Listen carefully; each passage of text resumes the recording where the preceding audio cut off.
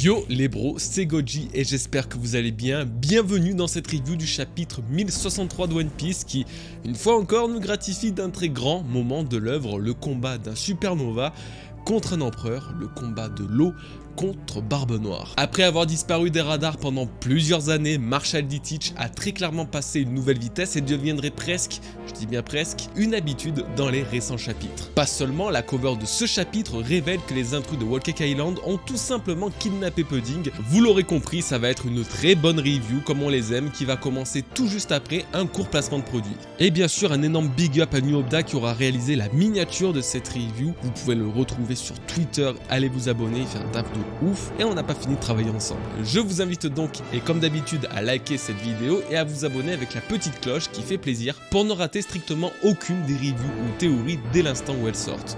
Au moins, là, vous pourrez vraiment lâcher votre meilleur first. Merci les bros, et à tout de suite.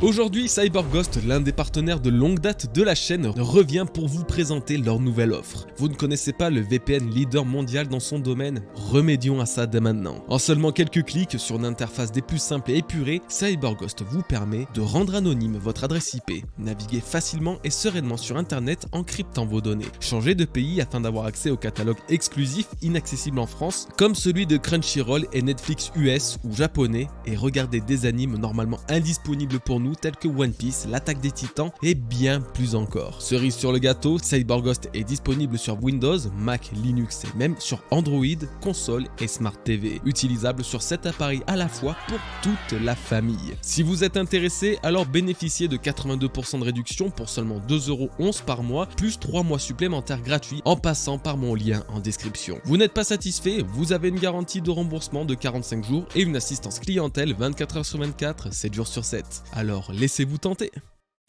Ok, c'est définitif, la mini-aventure du Garma Double Six prend une direction qui me plaît vraiment beaucoup. Alors que la semaine dernière, Chocolate Town se retrouvait figé dans la glace, que l'on pensait venir d'Aokiji, aujourd'hui nous découvrons que Crackers a été victime de cette attaque et que Pudding s'est fait capturer. Et je suis rassuré parce que c'est exactement ce que je disais dans la review du chapitre 1062, tout en étant illustré par une magnifique planche dessinée sur mesure et pour l'occasion. Mais j'ai réalisé que j'avais pré-shot le kidnapping de Pudding depuis bien plus longtemps, puisque dans la review du chapitre 1040, je faisais justement mention de l'intérêt que Barbe Noire pourrait avoir pour ce personnage. Barbe Noire pourrait y voir une opportunité de l'attaquer afin de s'emparer ni plus ni moins que de son rod poneglyph. L'une des 4 clés nécessaires à atteindre l'Aftel serait évidemment recherchée par Teach, profitant de la fragilité de Whole Cake pour récupérer le rod poneglyph ainsi que capturer Pudding, la seule pouvant lui permettre d'en déchiffrer son code. C'est donc une nouvelle théorie validée et pas des moindres puisqu'elle pourra changer pas mal de choses dans l'histoire de One Piece. Toujours dans l'optique qu'il s'agisse véritablement d'Aokiji venu capturer Pudding pour Barbe Noire, c'est très clairement le plus grand move que Teach ait pu faire après avoir récupéré Gura Gura no Mi de Barbe Blanche. Comme je le disais la semaine dernière, il a désormais les clés pour devenir roi des pirates et plus que jamais le plus grand rival de Luffy dans la course au One Piece. C'est pas vraiment une révélation mais c'est devenu plus concret que ça ne l'a jamais été. Et ça on le verra très bien dans le reste du chapitre puisque Barbe Noire apparaît avec comme objectif de récupérer les poneglyphes de l'eau. Autant vous dire qu'Oda a fait en sorte de matcher la mini-aventure et le déroulement du chapitre qui est une vraie masterclass. Les cartes ont donc été redistribuées, Teach prouve à nouveau que sa stratégie paye toujours autant et que son plan semble se dérouler sans accroc. Parlons désormais un peu de la partie Egghead. Luffy, Jinbei, Chopper et Bonnie sont toujours au même endroit, rien n'a bougé si ce n'est qu'ils portent de nouvelles tenues qu'ils porteront pendant une bonne partie de l'arc. C'est toujours comme ça, chaque arc est égal nouveau code vestimentaire et j'avoue qu'autant ça va vraiment bien à Chopper, à Bonnie ou même au Jinbei du grenier, autant Luffy... ouais, c'est spécial. Mais on n'est pas là pour se la jouer Christina Cordula, et bien que cette première partie fut assez vide de contenu, finalement, elle a servi à introduire la grande révélation pour Luffy. Le père de Bonnie transformé en cyborg n'est nul autre que Kuma. Le sujet est venu sur la table suite à l'apparition d'un Kuma pacifista policier programmé pour garder Egghead sans infraction. J'avoue avoir été dans un premier temps assez surpris que Luffy s'en souvienne si rapidement, et ensuite je me suis souvenu qu'il a une assez grande maturité pour des sujets aussi graves. Kuma c'est indéniablement le plus grand sauveur de l'équipage et il n'est pas étonnant qu'il ait toujours en tête cette dette qu'il a envers lui. Quoi qu'il en soit, ça nous a permis de découvrir davantage les sentiments qui animent Bonnie. Des sentiments évidemment très forts pour une fille ayant perdu son père à cause de la science. Dans un bref flashback, nous pouvons voir le Kuma d'il y a plusieurs dizaines d'années, exactement comme Sabo aimait le décrire, gentil et toujours souriant. En effet, vu les souvenirs de Bonnie, difficile d'imaginer que Kuma était un tyran comme son titre l'indique. Donc c'était vraiment un passage émouvant, le dessin était vraiment beau et l'histoire reste particulièrement touchante, surtout qu'elle nous suit depuis plus d'une dizaine d'années maintenant et qu'on a tous eu le temps de s'attacher à Kuma et d'avoir une haine supplémentaire envers les Tenryubito. Ce chapitre a également servi à me faire aimer davantage Bonnie et c'est dans ça qu'il est vraiment trop fort Oda. Ça m'a fait prendre un recul de dingue sur ce que cette fille a été capable de faire pour sauver son père. S'infiltrer en plein marégeoise, survivre dans le nouveau monde sans équipage, arriver jusqu'à une île si reculée que Egghead, ça relève du miracle et même si elle n'est pas la plus puissante des supernovas, elle n'en est pas la moins méritante. Puis Bonnie va beaucoup nous apporter dans le reste de l'arc. Je pense notamment à tout ce qui entoure Sabo et les événements de la rêverie puisqu'elle y était en première ligne. Mais peut-être que tout comme l'empereur des flammes, Bonnie aurait pu voir assise sur le trône Im-sama. Et ça changerait énormément de choses car si ça arrive, elle pourrait tout comme Sabo sur Lulusia déclencher l'éradication, que dis-je, l'effacement de l'île de Vegapunk par Im. Donc oui, très clairement, c'est pas avec Bonnie qu'on verra des dingueries au combat tels Kid, Law ou Zoro. Oui, c'est un supernova, n'oubliez pas. Mais en termes d'histoire, elle en sera sans aucun doute l'une des plus intéressantes. Concernant cette partie, je peux déjà m'arrêter ici parce que oui, il n'y a rien de plus à dire et je suis pas chaud de brasser de l'air pendant 10 minutes, alors que la deuxième partie de cette review met à l'honneur le grand Barbe Noire. Alors que l'on venait tout juste de nous remettre du chapitre 1059, celui mettant en scène l'attaque d'Amazon Lily par la marine, le SSG et l'équipage de Barbe Noire avec cerise sur le gâteau, le kidnapping de Kobe, voilà que 4 chapitres plus tard, nous retrouvons l'Empereur des Ténèbres face à un pirate des plus surprenants, Trafalgar, dit Waterloo. Après une véritable bataille marine, l'équipage de Barbe Noire et celui de l'eau se retrouvent sur une île isolée de tout et Burgess, Von Augur, Dokyu et même Stronger dévoilent leur nouveau pouvoir issu de puissants fruits du démon. Le but de cet affrontement est simple, Teach recherche et s'intéresse au rod poneglyph de l'eau qui possède au moins celui de Kaido. D'une pierre deux coups, Barbe Noire compte vaincre l'eau et s'emparer des morceaux de la carte le menant tout droit à l'Aftel et c'est sur cette déclaration que se clôt ce nouveau chapitre.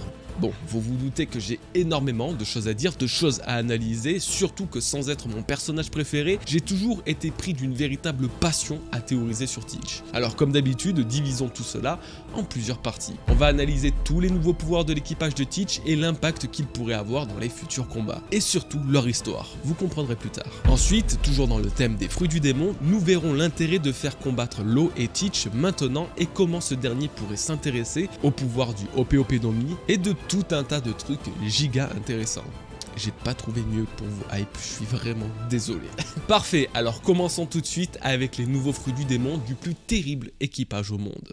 On le sait depuis le début du Nouveau Monde, c'est une des signatures de cet équipage, Barbe Noire et ses sbires chassent les utilisateurs des fruits du démon pour s'emparer de leur pouvoir. Teach l'a très bien compris, la force le mènerait au sommet de la piraterie, mais les pouvoirs démoniaques l'aideront à y accéder plus facilement. Cette philosophie, il a adopté à tout le reste de son équipage qui, à chacune de leurs apparitions, dévoile tour à tour de nouveaux pouvoirs provenant de fruits du démon volés. Comment ils parviennent à faire une telle chose, ça c'est encore l'un des fameux et nombreux mystères de One Piece. Une chose à mon sens est certaine, son Yami Yami no Mi n'y est pas étranger. C'est depuis qu'il a obtenu ce pouvoir que Teach parvient à absorber et démunir ses adversaires de leurs fruits du démon, comme en témoigne le tout premier paramécia qu'il a subtilisé, le Gura Gura no Mi de Barbe Blanche. Oui, dans cette chasse aux fruits du démon, Teach a véritablement été le premier à en profiter. Pourtant, il n'était pas sûr de réussir, comme en témoignent les doutes de Shiryu, appuyant alors davantage l'hypothèse que Barbe Noire a utilisé les pouvoirs fraîchement acquis du Yami Yami no Mi pour absorber ceux de Barbe Blanche. Est-ce que c'est son éveil? Possible, quoi qu'il en soit, son pouvoir a très largement contribué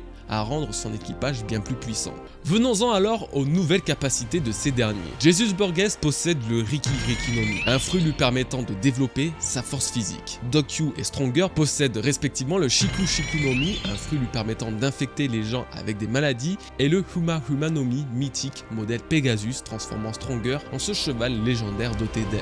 Pour finir, Von Augur possède le Wapu Wapu no Mi, un pouvoir lui permettant de téléporter les gens instantanément. Ce sont donc 3 paramètres paramécia est un Zoan mythique que Barbe Noire et son équipage ont obtenu pour augmenter drastiquement leur force et leurs compétences. Des fruits du démon collant d'ailleurs parfaitement avec leur style et leur aptitude de base, comme en témoigne le Riki Riki no Mi de Burgess. En effet, quel meilleur fruit du démon pour lui qu'un paramécia boostant la force pure et brute. Le Riki Riki no Mi a incontestablement fait de Burgess l'homme à la plus grande force physique au monde. Pourtant, on sait très bien à quel point cela ne suffit pas à faire de lui un meilleur combattant. Étant donné que les nouveaux pouvoirs de l'équipage de Teach proviennent de leur chasse aux utilisateurs de fruits du démon, je me suis dit qu'il y avait une petite chance pour que certains d'entre eux soient déjà connus. Concernant celui de Burgess, à ma connaissance, c'est la première fois qu'on le voit, bien qu'il m'ait beaucoup fait penser au fruit du démon de U-Rouge. Un paramécia physique qui augmente la force musculaire, après tout, pourquoi pas? La seule différence, c'est que celui du rouge semble tirer sa force des dégâts qu'il reçoit et qu'il convertit ensuite en énergie, donc je ne peux décemment pas affirmer qu'il s'agisse du même, mais c'est clairement celui qui s'en rapproche le plus. Surtout qu'après la récente introduction de Bonnie dans l'histoire et le développement dont elle va faire preuve dans le futur arc de Egghead, U-Rouge finit par être le seul supernova à ne pas avoir été véritablement développé dans l'histoire. En prenant du recul, tous ont eu leur moment de gloire. Le moine fou, lui, reste par contre profondément mystérieux. Et si nous apprenions qu'il s'agissait véritablement de son fruit du démon et que par conséquent l'équipage de Barbe Noire l'aurait tué afin de récupérer ses pouvoirs, qu'il s'agissait du meilleur fruit du démon pour Burgess et que depuis sa dernière apparition au chapitre 795, U-Rouge est tombé face à eux tout en ayant péri de leurs mains. Ce qui me conforte dans cette idée, c'est que justement depuis le chapitre 795, U-Rouge a littéralement disparu du manga. Ça fait plus de 7 ans quand même, tout juste quelques semaines avant que je ne commence ma chaîne YouTube. De l'autre côté, tous les supernovas sont apparus, ont été développés et l'un d'entre eux a carrément eu le temps de mourir, que Rouge, lui, est en silence radio. Autre point notable, on sait que Burgess a obtenu son fruit du démon après la fin de Dressrosa, puisque pendant cet arc il n'en possédait toujours pas un et au contraire était intéressé par le Mera Mera no Mi et le Gomu Gomu no Mi. Est-ce véritablement un hasard que Rouge ait disparu juste après que Burgess ait obtenu son fruit du démon? Et s'il avait croisé la route de Teach, perdant face à la puissance du Yonko? En tout cas, ça serait sans aucun doute la meilleure justification de comment et pourquoi Oda l'a caché ces 7 dernières années. Tout simplement car Teach l'aurait tué. Pas seulement n'avez-vous jamais réalisé une chose propre à U-Rouge, il est le seul à n'avoir eu véritablement aucun lien avec les autres empereurs. La plupart ont soit été attaqués, kidnappés par eux, soit ont rejoint les rangs pour tenter de les trahir. Et U-Rouge, à part avoir rencontré brièvement Kaido avant que ce dernier ne saute du Nil Céleste, n'a jamais eu aucun lien, de près ou de loin, avec les empereurs. La réalité serait que le seul Yonko avec qui U-Rouge est une interaction soit Marshall D. Teach. Cette hypothèse est valable uniquement si le Riki Riki no Mi est véritablement le paramécia possédé par U-Rouge, sinon eh bien le moine fou va peut-être très bien et attend le moment opportun pour apparaître. Concernant le reste du pouvoir de Burgess, eh bien pas grand chose de particulier à vrai dire, si ce n'est qu'il va vraiment devenir terrifiant au combat alors qu'il était déjà.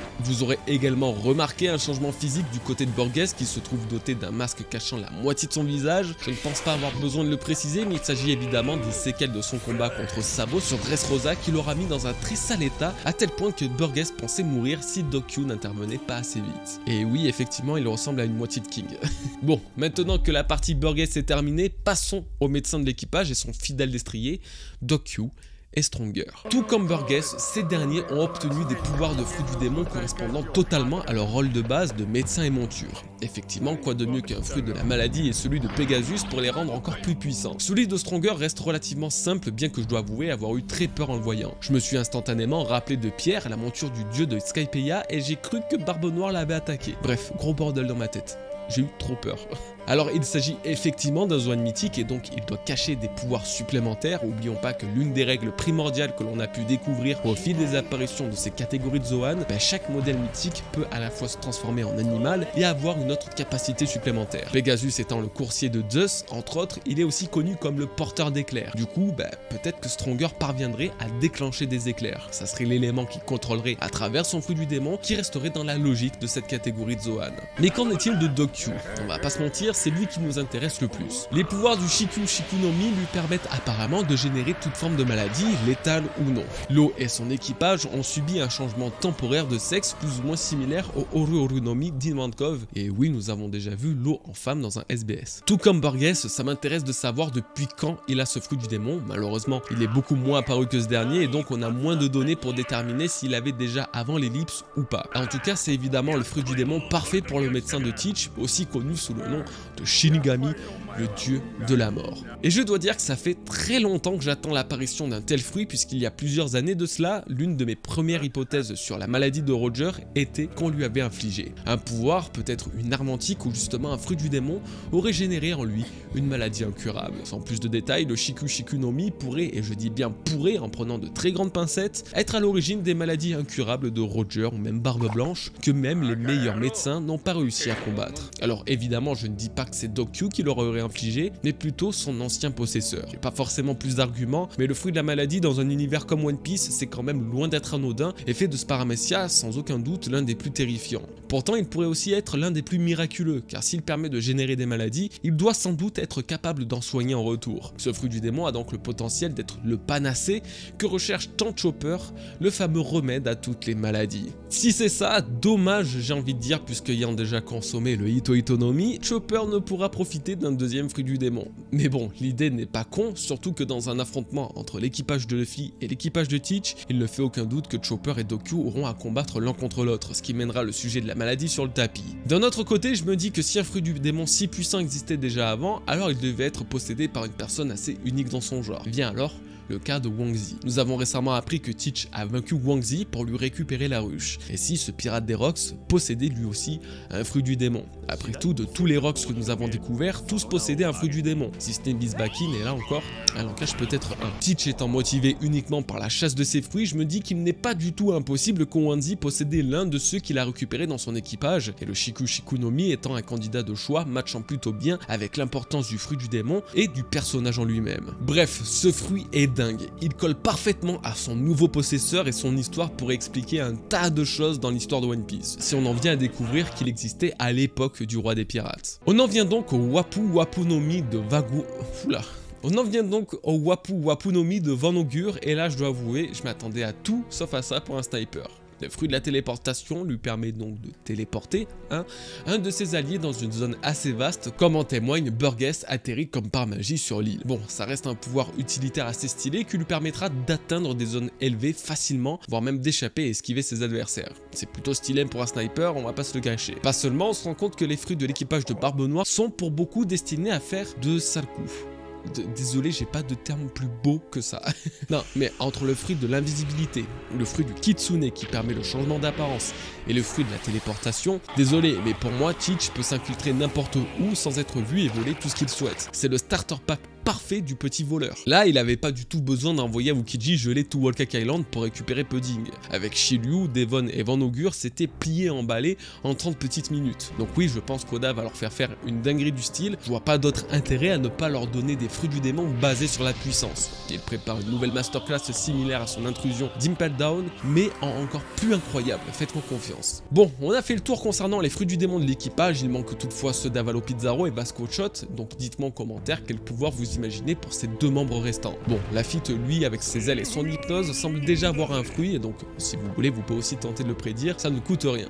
Passons à la partie suivante désormais, le duel entre Law et Teach. Assez inattendu, Teach révélait attendre sur une île proche de Wano Kuni qu'un des supernovas passe pour lui récupérer son incroyable butin subtilisé à Kaido, la copie du Rod Poneglyph. Encore une fois, Teach décide de récupérer les miettes, montrant son intelligence, oui, mais aussi sa peur de l'échec et des hommes plus forts que lui. Donc tout l'inverse de notre cher Luffy. J'ai plein de choses à dire et je ne sais même pas par où commencer, alors je vais juste vous faire réaliser que Teach versus Law, c'est pas un duel banal, c'est même un combat encore plus unique que Luffy versus Kaido. Alors, pourquoi vous me direz? Car depuis l'incident de Banaro ayant mené Ace à être capturé par Teach et toute la guerre de Marineford qui en a découlé, plus aucun D ne se sont battus dans une bataille. Comprenez donc que ce n'est pas un clash banal, ce n'est pas un combat comme on peut le retrouver ailleurs. Non, c'est un chaos qui s'apprête à se déclencher et les conséquences pourraient être autant cataclysmiques que la défaite d'Ace sur Banaro. Donc voilà, je voulais d'ores et déjà appuyer l'aspect duel fatidique de D de cette rencontre et de ce chapitre. Ensuite, Law révèle et confirme à nouveau que le Haki est plus fort que les pouvoirs des fruits du démon. Il a effectivement réussi à briser la maladie de Dokkyu en expulsant ou en concentrant son Haki, ce qui a eu pour effet de nullifier son attaque. On le rappelle, c'est Kaido qui l'a dit, la seule vraie force qui compte, c'est le Haki. Pour cause, ce pouvoir est la matérialisation même de votre volonté, votre courage, vos ambitions. Tu peux avoir les plus grands fruits du démon au monde, si tu n'es pas capable de mettre ta vie en danger pour accomplir ton rêve, bien tu n'y parviendras tout simplement jamais. Voilà pourquoi le haki est supérieur au fruit du démon. On peut donc dire que les ambitions de Law sont plus puissantes et plus grandes que celles de Dokyu, ce qui n'est pas réellement étonnant, hein. Qu'en est-il désormais des Rod Poneglyphs de Teach? C'est le sujet principal de ce chapitre finalement. Il a tendu un piège à Law pour récupérer celui de Kaido. Comme je vous le disais dans la review précédente, il était clair, net et précis que Barbe Noire allait lui aussi rentrer dans la chasse aux Rod Poneglyphs. N'oublions pas que son objectif reste d'être le roi des pirates et il ne pourra le faire qu'en obtenant les 4 Rod Poneglyphs. Ce qui m'intéresse c'est de savoir combien en a-t-il actuellement. Parce que la vérité c'est que je refuse de croire qu'à un stade aussi avancé de One Piece, Teach n'ait aucun Rod Poneglyph. Du coup, lesquels pourrait-il avoir? On peut tirer déjà un trait sur celui de Zunesha. Pour l'instant, je vois pas vraiment comment il aurait pu obtenir celui-ci, c'est peut-être même le plus compliqué à avoir vu qu'il faut obligatoirement une vivre carte pour y accéder. Celui de Wano Kuni, bon, je pense qu'il arrivera à récupérer celui de Law d'une façon ou d'une autre, car s'il échoue à le faire dès maintenant, alors la course au One Piece n'a plus d'intérêt et de sens pour lui. Et on va pas se le cacher, entre Law et Teach, il est évident que l'un d'entre eux est plus destiné à obtenir le titre de roi des pirates et c'est certainement pas Trafalgar Law. Celui de Whole Cake Island. Alors là, on arrive à un point intéressant. J'en ai donc pas mal parlé récemment, mais oui, l'intrusion de l'équipage de Teach dans le territoire de Big Mom servirait évidemment à voler à la fois son Rod Poneglyph et kidnapper Pudding. Cette dernière partie étant plus ou moins confirmée dans la mini-aventure d'aujourd'hui, on peut déjà considérer que Teach a 2 Rod Poneglyphs, celui de Big Mom et celui de Kaido, qu'il va avoir en fumant l'eau. Il reste donc le dernier Rod Poneglyph disparu et dont la position reste inconnue à ce jour. Rappelons qu'auparavant, ce dernier se trouvait sur l'île des hommes poissons et a disparu sans explication. Là, il y a plusieurs possibilités. Personnellement, j'aime me dire que Shanks l'a récupéré pour le cacher quelque part, style Elbaf ou autre, mais l'idée que Teach le possède déjà n'est pas à exclure. Bah oui, Barbe Noire faisait autrefois partie de l'équipage de Barbe Blanche, qui possédait lui-même l'île des hommes poissons sous son territoire, le dernier endroit où ce Rod Poneglyph a été vu. Du coup, en connaissant parfaitement les territoires de Barbe Blanche, Teach aurait récupéré le Rod Poneglyph des hommes poissons pour le cacher jalousement dans son coin. Le dernier Poneglyph manquant pour les Mugiwara serait donc le premier Poneglyph qu'aurait obtenu Teach, et le dernier Poneglyph manquant de Teach serait le premier obtenu par les Mugiwara. Ça fait assez sens. Je ne sais pas quelle hypothèse sera la bonne, mais ça fait partie de ces théories qui, quel que soit le scénario, sont quand même hyper cohérentes. Bon, maintenant que nous avons vu la plupart des sujets principaux, parlons d'une dernière théorie, une théorie qui pourrait changer la face de One Piece de manière indescriptible. Barbe Noire et le Ope no Mi. Il y a plus de 2 ans, je vous ai sorti une théorie concernant le pouvoir de l'eau et le rôle qu'il aura dans le futur de One Piece. Je revenais sur l'importance du Ope no Mi dans l'histoire et de comment il pourrait être au centre du scénario à un moment donné. L'une de mes théories était donc la suivante: Barbe Noire, reconnu mondialement pour sa recherche et traque des fruits du démon, croisera la route de l'eau pour récupérer son Ope no Mi. Croiser la route de l'eau, c'est fait. Mais qu'en est-il du Ope no Mi? Va-t-il réellement s'y intéresser? Il y a 2 ans, cette idée m'est venue grâce à un seul élément qui est l'incroyable pouvoir que possède le Ope no Mi et sa valeur absolument faramineuse de 5 milliards de berries. Il est le premier fruit du démon dans l'histoire à avoir été considéré comme ultime tant son pouvoir de jouvence est unique et puissant. Il peut rendre immortelle une personne en sacrifiant une autre. Le gouvernement mondial le recherche pour un montant égal à celui d'une prime de Barbe Blanche ou de Roger. Après avoir eu tout ça en connaissance, dites-moi comment l'homme qui est le plus intéressé aux fruits du démon de tout le manga, celui qui les chasse, celui qui en a consommé 2 à la fois, pourrait ne pas trouver un intérêt de près ou de loin dans le fruit du démon ultime. C'est tout en fait, c'est si simple et si explicite à la fois. Ça m'a toujours paru logique que le Ope no Mi et ses pouvoirs absolument démesurés intéressent Marshall D. Teach. Et puis n'oublions pas une chose, Teach n'a semble-t-il jamais dormi de sa vie, possédant ainsi une particularité qui peut être à la fois une véritable bénédiction comme un terrible fléau. Rendez-vous compte que dans un monde où les rêves dominent la volonté des pirates et génèrent toute l'aventure que l'on connaît aujourd'hui, il est celui qui nous a offert l'une des citations les plus remarquables de One Piece sur les rêves des hommes. Pourtant, tristement, Teach n'a aucun moyen de rêver puisqu'il ne peut pas dormir. Et si le Ope no Mi lui permettait de modifier son corps afin de lui offrir une fois dans sa vie un sommeil plein de rêves. Le fruit de Trafalgar étant le fruit ultime de la médecine, encore supérieur au Shiku Shiku no Mi de Dokyu, ça serait une très belle philosophie que de pouvoir s'en emparer pour ainsi découvrir ce que signifie vraiment de rêver. D'un point de vue un petit peu moins poétique, le Ope no Mi permettrait aussi d'obtenir la jeunesse éternelle, le pouvoir convoité par les plus grandes instances du monde, mais surtout par Doflamingo pour utiliser le trésor national de Marie-Joise. Barbe Noire aurait comme ultime but, avec le Ope no Mi, d'obtenir le trésor caché des dragons célestes, de l'utiliser et de retourner le monde avec un pouvoir absolument inarrêtable. Le duel fatidique de ces 2 dits pourrait alors se conclure par l'annulation et l'absorption du fruit du démon de l'eau par Barbe Noire ou un des membres de son équipage.